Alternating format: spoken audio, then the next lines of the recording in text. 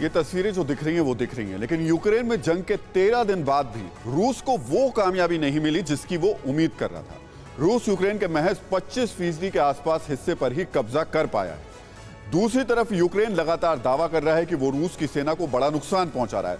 रूस एक विनाशक और ताकतवर हथियारों से लैस है, लेकिन यूक्रेन में रूस के हथियार उतने कारगर साबित नहीं हुए।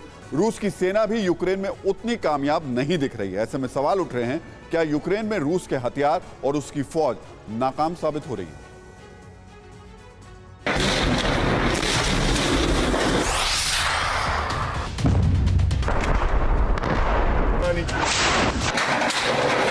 तेरह दिन से यूक्रेन पर रूस ऐसे ही बारूद बरसा रहा है।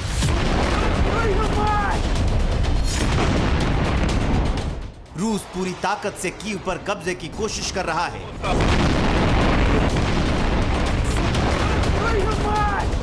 रूस की एयरफोर्स, रूस की आर्मी, रूस की आर्टिलरी पूरी ताकत से यूक्रेन में तबाही मचा रही है।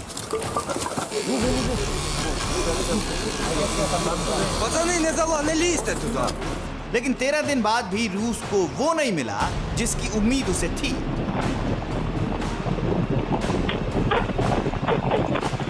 कहा तो ये जा रहा था कि पुतिन को 48 घंटे में कीव पर कब्जे की उम्मीद थी। पुतिन को उम्मीद थी कि हमले के चंद घंटों बाद ही यूक्रेन घुटनों के बल होगा, ज़ेलेंस्की देश छोड़ देंगे और जीत के साथ रूस की सेना बैरक में लौटेगी, यूक्रेन में नई सरकार बनेगी। लेकिन ऐसा कुछ नहीं हुआ। जंग लगातार खिंचती जा रही है।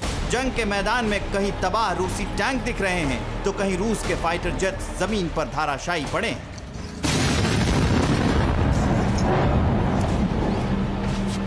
रूस के टैंक, फाइटर जेट, हेलीकॉप्टर और mobile air defence system Ukraine army के हमले में आसानी से तबाह हो रहे हैं। Двухстволки, двухстволки, тупо десь в бочину уебали наші пацики. यहाँ तक कि यूक्रेन का दावा है कि उसके एयर डिफेंस सिस्टम ने रूस के अत्याधुनिक Su-34 को भी मार गिराया। सिर्फ हथियार ही नहीं, जमीन पर रूस की आर्मी भी अब थकी थकी नजर आ रही। यूक्रेन पर रूसी अटैक के पहले दिन डिफेंस एक्सपर्ट को उम्मीद नहीं थी कि रूस के 7 लाख सैनिकों का मुकाबला यूक्रेन की 2 लाख से भी कम संख्या वाली आर्मी कर पाएगी।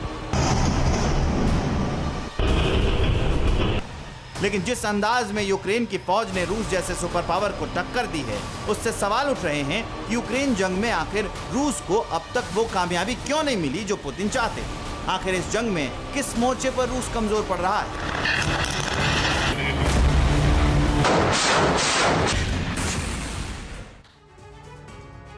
परवाह देश की, सोमवार से शुक्रवार रात 10 बजे TV9 भारतवर्ष पर।